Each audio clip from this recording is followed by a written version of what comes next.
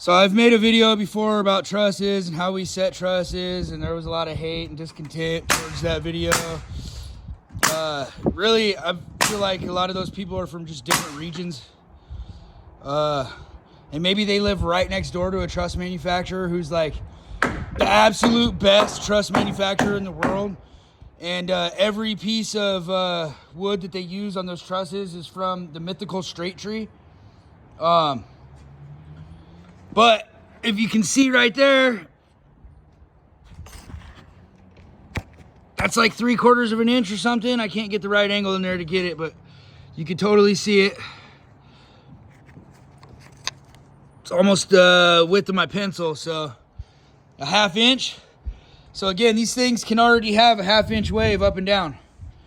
Now everybody was like, you should set the end of those to a string.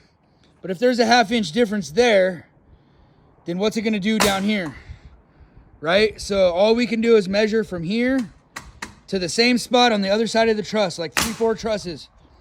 So what I try to do is I try to measure those and see if they waver within 1/8 of an inch prior to rolling them. And then I'll do that like per bundle. So like over there, those trusses are pretty much almost the same. These ones are different, those ones are the same. So like this small bundle, I'll measure outside to outside, couple of those. Do the same thing, couple of those. Do the same thing, couple of these. And that's just to make sure that they waver within 1/8 of an inch or so. From there, I don't need no dang string line. The reason is because we string line our walls. Those walls should be straight. And that is our string because we strung them. So we know that those are within our tolerance, which max tolerance is plumb, level, square. If we deviate from that 1/8 of an inch, as long as that 1/8 of an inch doesn't grow, we're fine. However, plumb, level, square, that's our tolerance. So we strung those walls. Now we know, like that side was our longest run, straightest run, because these trusses on this side got shorter. Over there, they're the same. So our main focus was stringing that wall in there. As long as that wall is straight, these walls could be fudged out. They're smaller walls. We could just flex them if we needed to. That keeps our heels straight. Now, as long as the truss manufacturer did their job, those heels should be even. And as long as those heels are even and we strung our walls, our center points for our vaults, our peaks, they should all be the same. They should all be roughly the same. Until you run into a situation like that. That right there will throw out my lookouts. Somebody else asked me, what is a lookout? A lookout is our 2x4 that we nail from here.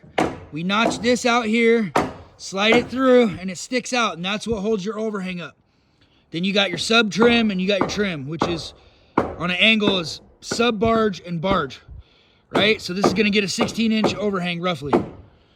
But this being high, if I just hook this and notch this 1.5 inches by 3.5 to receive my lookouts, because that's high, this whole thing right here is high, and now these are gonna sit upwards like that, so it's gonna throw my peak out. So what I'm gonna do in this situation, being a semi-perfectionist, so I put this brace on, I'm gonna knock this brace off, and I'm gonna use my planer. And I'm gonna plane that down some. And I can't fix all of it, because it's just the nature of it. If it's a hand-cut roof, I'm gonna sit here and make it perfect. This is a truss roof. We're gonna do the best that we can do to hide inconsistencies. These truss packages were already wrong in the first place, so those are the ones we just took down that we had halfway rolled out. These are the scissor trusses, right? Because it's got a vault down there. This is not straight. This is a vault, 312 vault. So those are scissor trusses. And we've already taken them apart and got these ones back up here. So other than the couple minutes it's going to take me to make this video, I'm not going to spend too much time on it. But I am going to knock this brace off, and I'm going to run my planer down that before I do my notches. That way my lookouts and everything at least line up a little bit better. And then from there, all we can do is all we can do.